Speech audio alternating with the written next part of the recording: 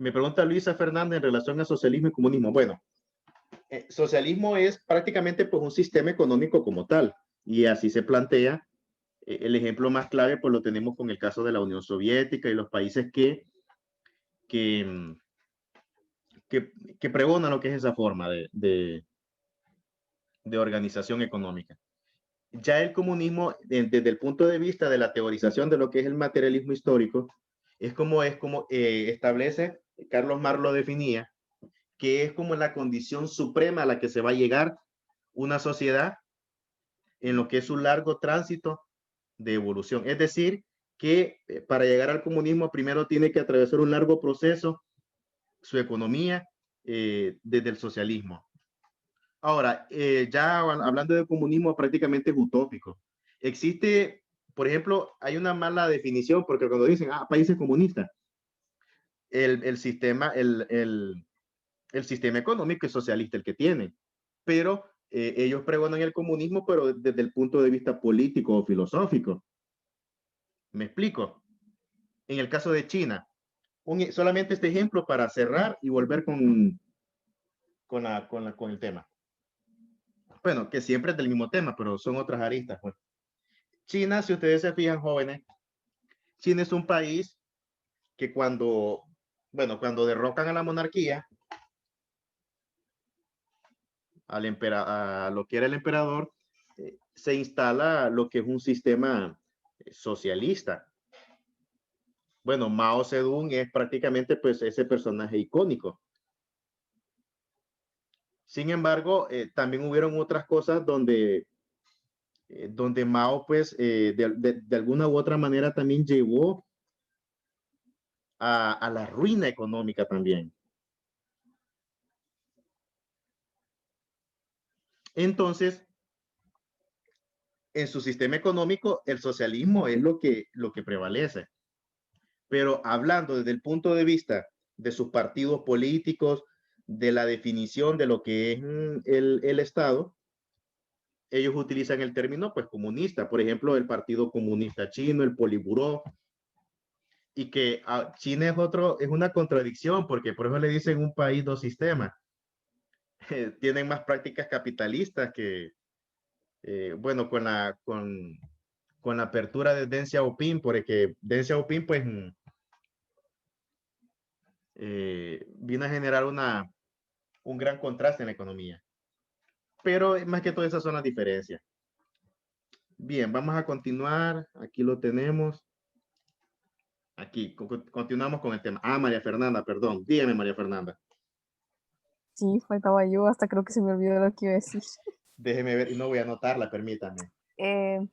Lo que quería decir yo es decir un ejemplo de lo que estaba diciendo Miguel, que es cierto que el capitalismo se basa en eso, que la fuerza de trabajo es la que vende el trabajador, él se mata y lo que obtiene lo demás es riqueza.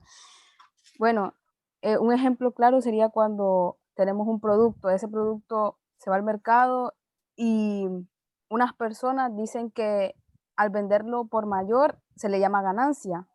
A lo que se le vende, por ejemplo, se le suben 2 lempiras, a eso se le llama ganancia, dicen ellos. Pero otras personas dicen que eso es la explotación que debería ganar el trabajador por el trabajo que hace, por el Transformar. sacrificio que hace por subsistir.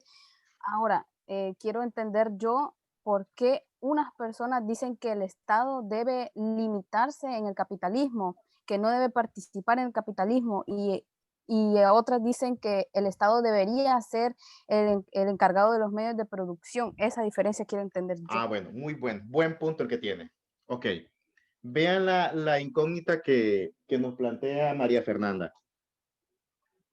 Cuando María Fernanda habla de cómo deben de darse las relaciones de producción y la participación, sí o no, del Estado en lo que son estas relaciones de producción, no son determinadas por decirlo así, por lo que diga alguien, sino que ya están implícitos en lo que es las teorías económicas que le dan vida a lo que es el capitalismo como tal. En el caso del capitalismo, por ejemplo, hay muchos teóricos y hay muchas teorías económicas que han permitido pues constituir lo que es la estructuración de este sistema como tal. Y uno de esos grandes teóricos, por ejemplo, que con sus teorías han permitido lograr y cimentar las bases de lo que es el capitalismo, es Adam Smith.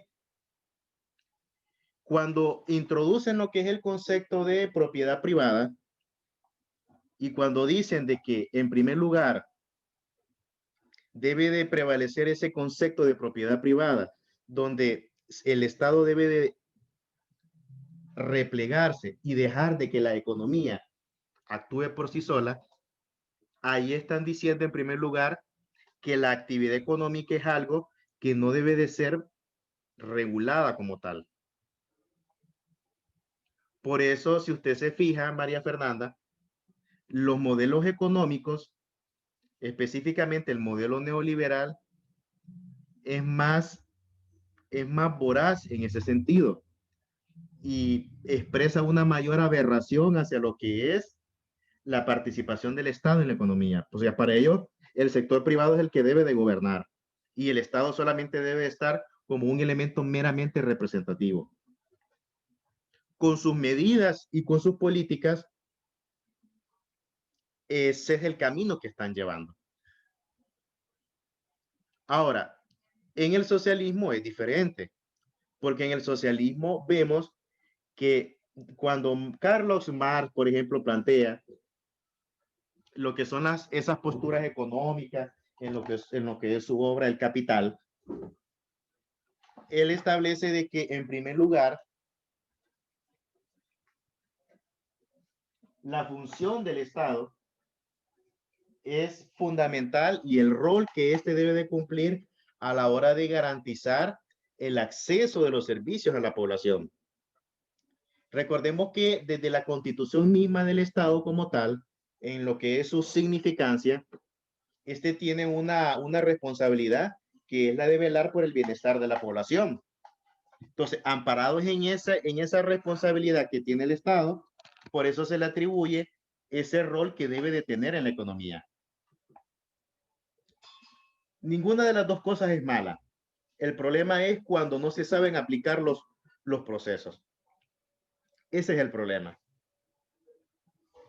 Y hay muchos países, por ejemplo, que tienen economías capitalistas, pero que no,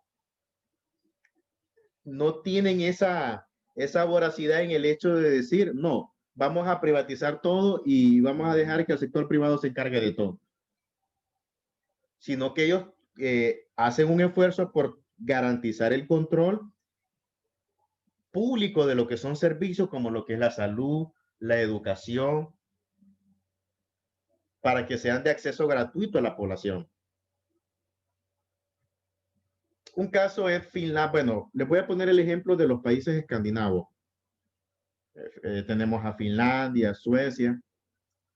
Son países que tienen economías capitalistas, pero son países también que en su actividad económica el capitalismo es la principal actividad económica, pero también son países de que por el hecho de que practiquen ese sistema, no significa que van a dejar desprotegidos a esos sectores vitales. Y más bien lo que hacen estos países es que los impulsan. O sea, el papel del Estado no se lo quitan. Protegen y guardan lo que es ese papel que tiene en pro de lo que es la garantía de estos servicios a la población. El sistema educativo de Finlandia es prácticamente, y el de Suecia, uno de los mejores del mundo. Es un sistema que en Honduras está a años luz. Y cómo es, y si ustedes se fijan, los niños, los estudiantes no pagan ni un centavo. Todo es gratuito. Todo es un servicio que lo del Estado. No tiene que pagar colegiatura, o sea, el modelo educativo finlandés es una maravilla. Pero es un servicio que es garantizado por el Estado. cuando tenemos eso, cuando el Estado busca mantener ese papel y esa responsabilidad en garantizar esos servicios a la población, no hay ningún problema. Lo mismo con la salud, por ejemplo. En esos países la gente no tiene que andar pagando. O sea, más bien los hospitales públicos pasan generalmente vacíos porque o sea, la población tiene un estilo de vida, o sea, es otro mundo prácticamente. Los niveles de desarrollo son enormes, el mismo ingreso per cápita. Cuando hablamos de ingreso per cápita, hablamos, por ejemplo, hablamos de una ponderación, es decir, el promedio anual de lo que gana una persona en todo el año. En el caso de Honduras, por ejemplo, no llega ni a $1,500 al año. Ya en esos países ya es arriba de más de $70,000 y que es lo menos que puede ganar una persona. Ajá. Y partamos del hecho de que prácticamente en esos países hay cero analfabetismo y el nivel de escolaridad es de nivel universitario. O sea, todas las personas logran culminar lo que es su carrera universitaria. Por consiguiente, lo que van a ganar en sus trabajos va a ser 15, 20 veces de lo que es la media. O sea, es algo que esa gente, lo que gana un barrendero allá, aquí lo va a ganar en 3 años un doctor. Esas son las enormes diferencias que hay. ¿Pero por qué? Porque esos países han cuidado que la población mantenga el acceso a la educación. Y esa es la clave, jóvenes. Y esa es la clave por qué muchos países son desarrollados. ¿Por qué? Porque no descuidaron el papel del Estado en lo que es garantizar ese servicio y lo que han hecho que lo potenciaron. Un ejemplo que les voy a dar.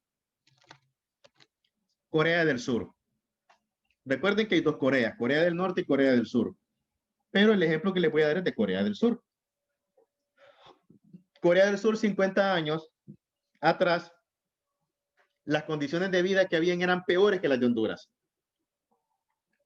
Era un primitivo pueblo de pescadores. Veamos ahora Corea del Sur, que es hoy, y qué fue lo que hicieron ahí. Lo que hicieron fue, no, vamos a invertir en educación. El hecho de que sea una economía capitalista no nos va a quitar que dejemos de invertir en la educación, porque la educación es la única llave. Y decidieron invertir. Los resultados son ahora. Corea del Sur está entre las 10 economías más industrializadas del mundo. El nivel de ingreso promedio es de los más altos del mundo. Corea prácticamente en este país tienen su sede lo que se le conocen ahora, que es una nueva modalidad en lo que es, en lo que son las empresas transnacionales, se le conocen como los holding. Por ejemplo, en el caso le voy a dar el ejemplo de Hyundai. Todos la conocemos a Hyundai como una marca de carro, pero Hyundai es una empresa que no solamente fabrica eso. Hyundai fabrica barcos portacontenedores, fabrica barcos petroleros, fabrica maquinaria industrial, maquinaria para minería, o sea, tiene tantas áreas. Hyundai también procesa acero.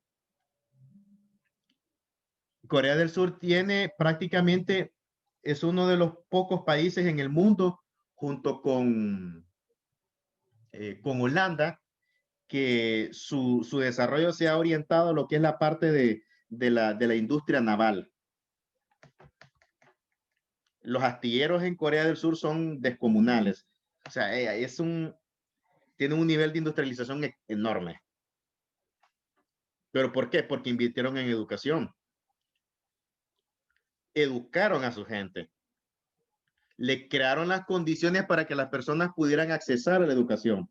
¿Y cómo se crean esas condiciones? Construyendo escuelas, construyendo colegios, construyendo universidades, equipando las escuelas, equipando los colegios, que tengan instalaciones de primer nivel, que tengan lo mejor en tecnología, educando a los maestros, profesionalizando. O sea, todo eso, a eso se le llama invertir en educación. Pero, y esa es una de las contradicciones que hay. Estos países no hicieron caso a todos los postulados del capitalismo, porque en el capitalismo, por ejemplo, invertir en educación se le conoce como un gasto. Ellos le dicen gasto social y que por consiguiente se debe de reducir. Ellos no fueron tontos. La lógica lo entiende, pues o sea, si yo invierto en educación, voy a preparar a la gente, a la población, y esta gente va a tener mejores condiciones de vida. El problema es que aquí se han tomado todos los postulados y no le hemos dado esa connotación real que debe tener específicamente estos dos sectores fundamentales, la salud y la educación. Esos son los dos pilares que garantizan el desarrollo de un país. Sin esos dos sectores es imposible. Es imposible. Profe, Ajá, yo desde hace rato quería decir algo. ajá. Vamos a ver, dígame su nombre. Le escucho. Madeline, Ah, Madeline. Vamos a ver, Madeline. es que quería decir que entonces, en resumen, el capitalismo es aquel sistema económico en el que se vinieron a crear las fábricas, las máquinas, que como para dos objetivos. Una, para facilitar el trabajo de las personas, y como es en el ejemplo de la máquina de vapor, creo que no recuerdo bien, y también como para que las personas o los burgueses ganaran su dinero y así también darles trabajo a las demás personas para que también ganaran dinero. Ok, buena participación, Madeline. Solamente que vamos a diferenciar algo.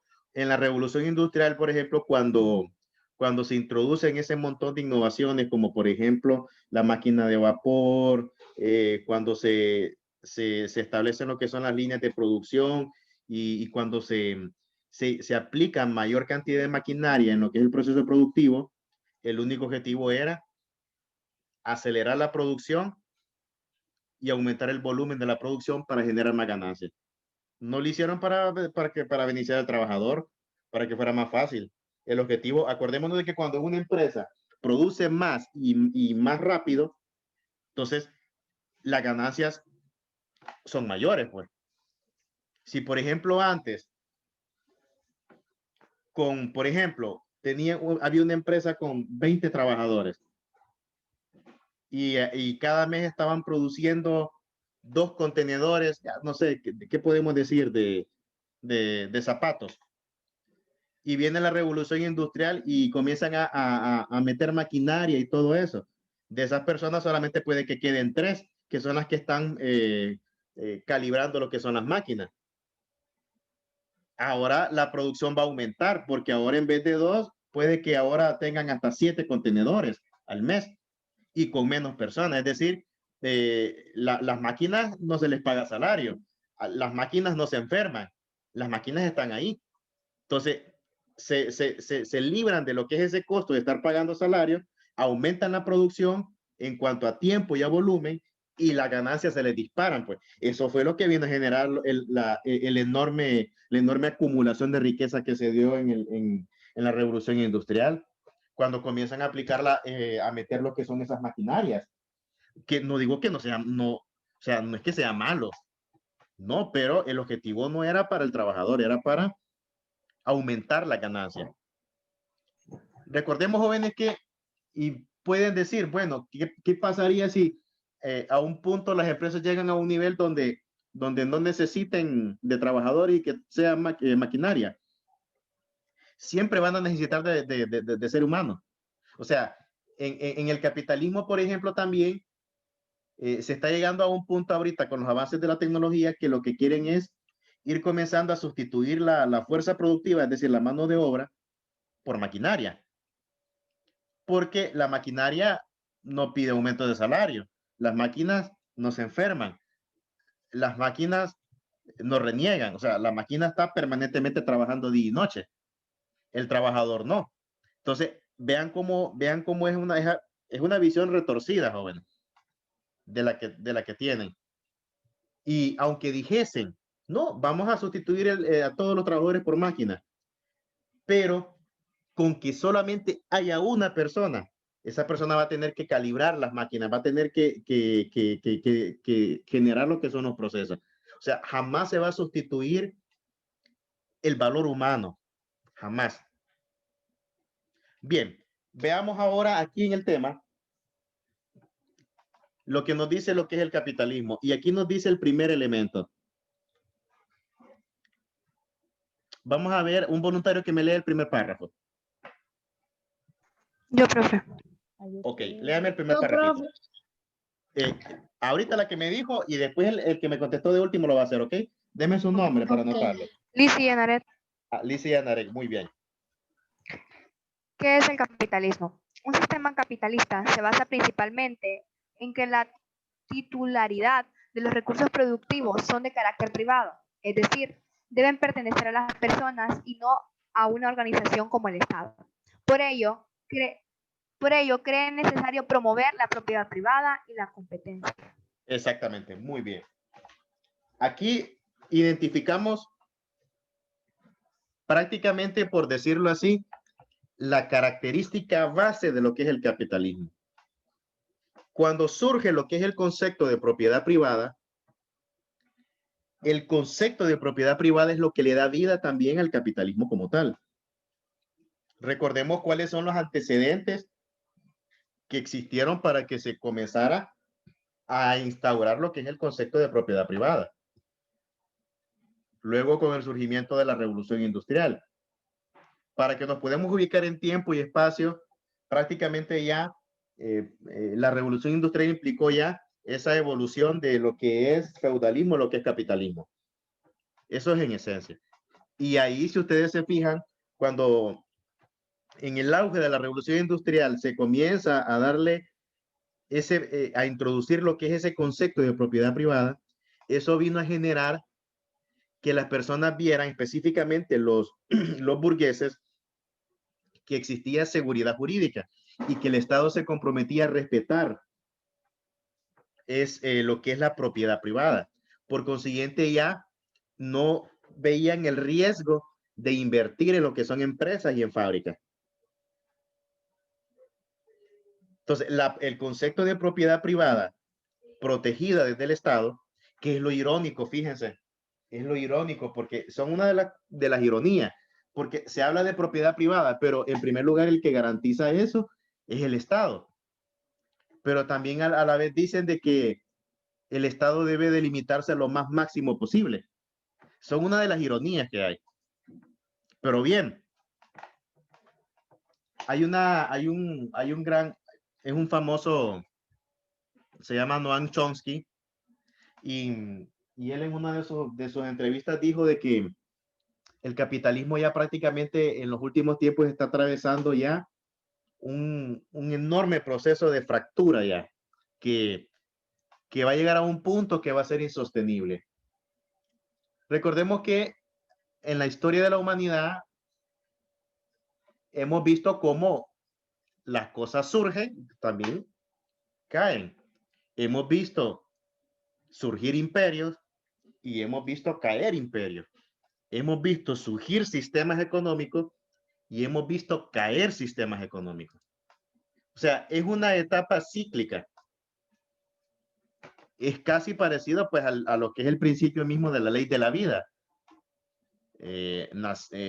Primero el nacimiento y cuando después lo que es la muerte. Entonces, lo mismo pasa con cada uno de los procesos que nosotros, pues, a los que estamos inmersos. Lo mismo había, vaya, el otro ejemplo, en la organización política. Cuando nos comenzamos a organizar como sociedades y cuando dejamos, por ejemplo, cuando dejamos de ser nómadas y nos establecemos como sociedades sedentarias, neolítico, paleolítico, se comienzan a dar también las primeras formas de organización social. Surge lo que es el cacicazgo. Esa es la figura del cacique como persona líder en la comunidad. Esa era la primera forma de organización política. Las sociedades fueron evolucionando, pasaron los siglos. Luego comenzamos a ver lo que era el sistema monárquico, también como se le conoce como la nobleza. Estaba la figura del rey. Continuamos avanzando, eso quedó en el pasado y ahora tenemos lo que es la democracia como forma de gobierno. Entonces, si ustedes se fijan, lo que tiene su inicio tiene su fin también. Y este importante pensador, Noam Chomsky, que esa es la tarea que voy a dejar para la próxima clase, que traten de ver, quiero que sepan también investigar quién era esta persona y cuáles son las cosas que él expone. Entonces, traten de buscar el fin de semana, déjenme ver cuándo tengo con ustedes. Tengo hasta el martes. Entonces, investiguen quién es Noam Chomsky. Lo voy a anotarlo aquí en el chat. Permítame. Sí, profe, porque yo no le entiendo el nombre. Sí, no se preocupen. Déjenme ver que voy a...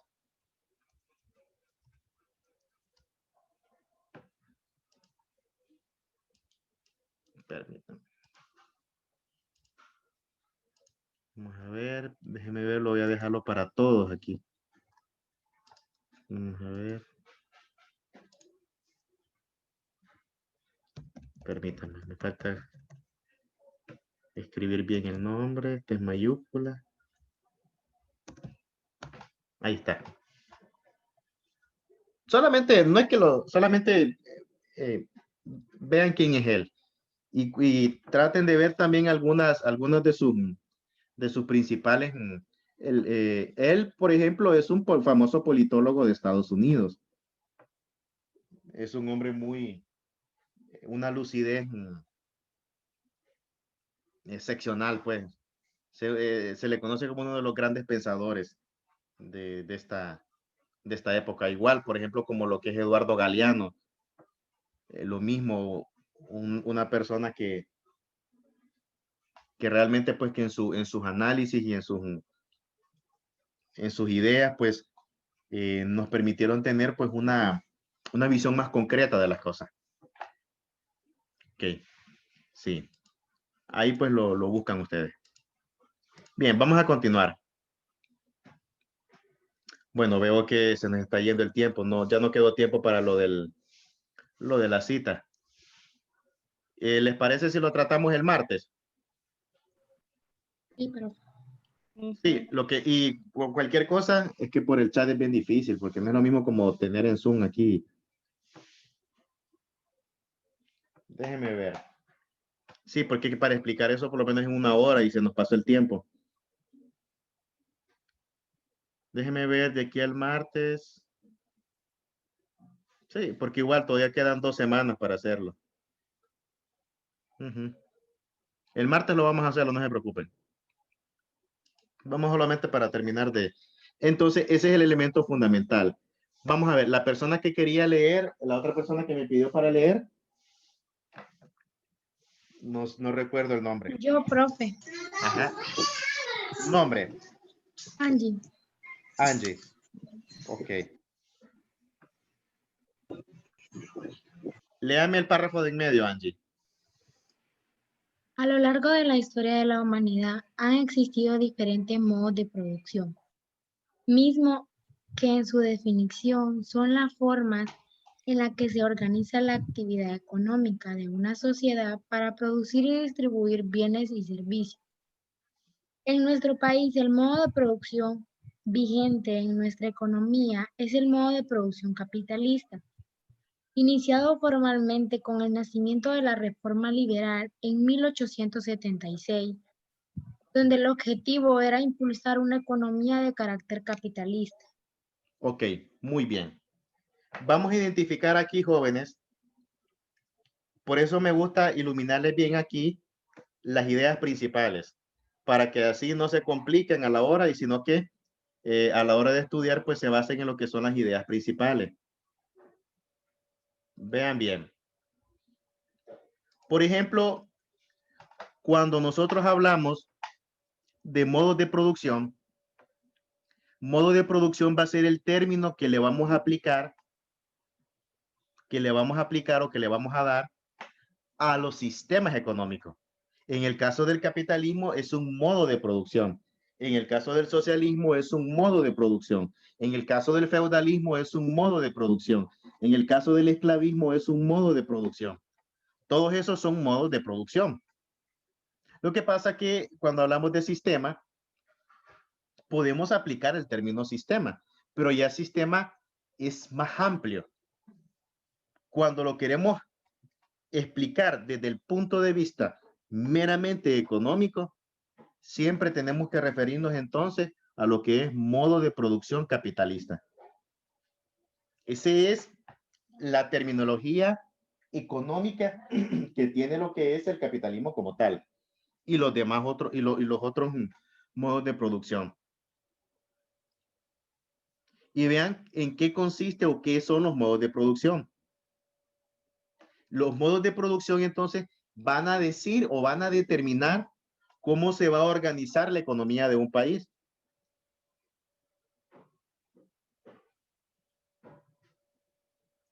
¿Cómo se va a organizar para producir y distribuir lo que son los bienes y servicios? Prácticamente el modo de producción da las líneas generales o los indicativos de cómo se debe de organizar la economía para producir. En nuestro país, el referente de cuando se comenzó a implementar el modo de producción capitalista es a partir de la reforma liberal implementada por Marco Aurelio Soto.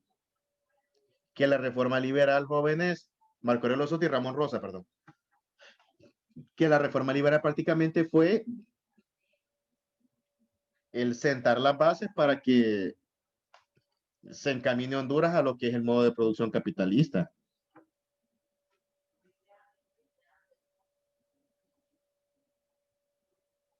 Ahora, dentro de lo que es el modo de producción, vamos a ver de que convergen una serie de elementos.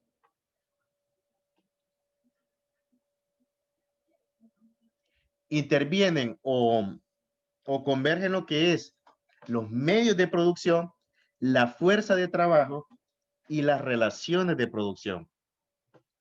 Esos tres elementos son los que le dan vida a lo que es el modo de producción capitalista. Entonces, el modo de producción capitalista, jóvenes,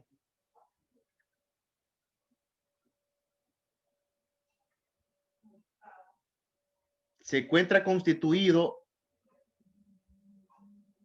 y es dado vida mediante lo que es la convergencia de estos tres elementos: medios de producción, fuerza de trabajo y relaciones de producción. ¿Me explico? Bien, creo que ya, déjenme ver, ya van a ser las 12:30. Bueno, lo que vamos a hacer, jóvenes, apenas solamente vamos pues por lo primero, todavía falta mucho más. Entonces, la mayoría de las clases pues ya están grabadas, ahí están, ya están los que quieran pues repasar, están grabadas ahí en YouTube. Solamente no están grabadas las de hoy, pero ya las de todo el parcial ya están ya. Ahí están subidas.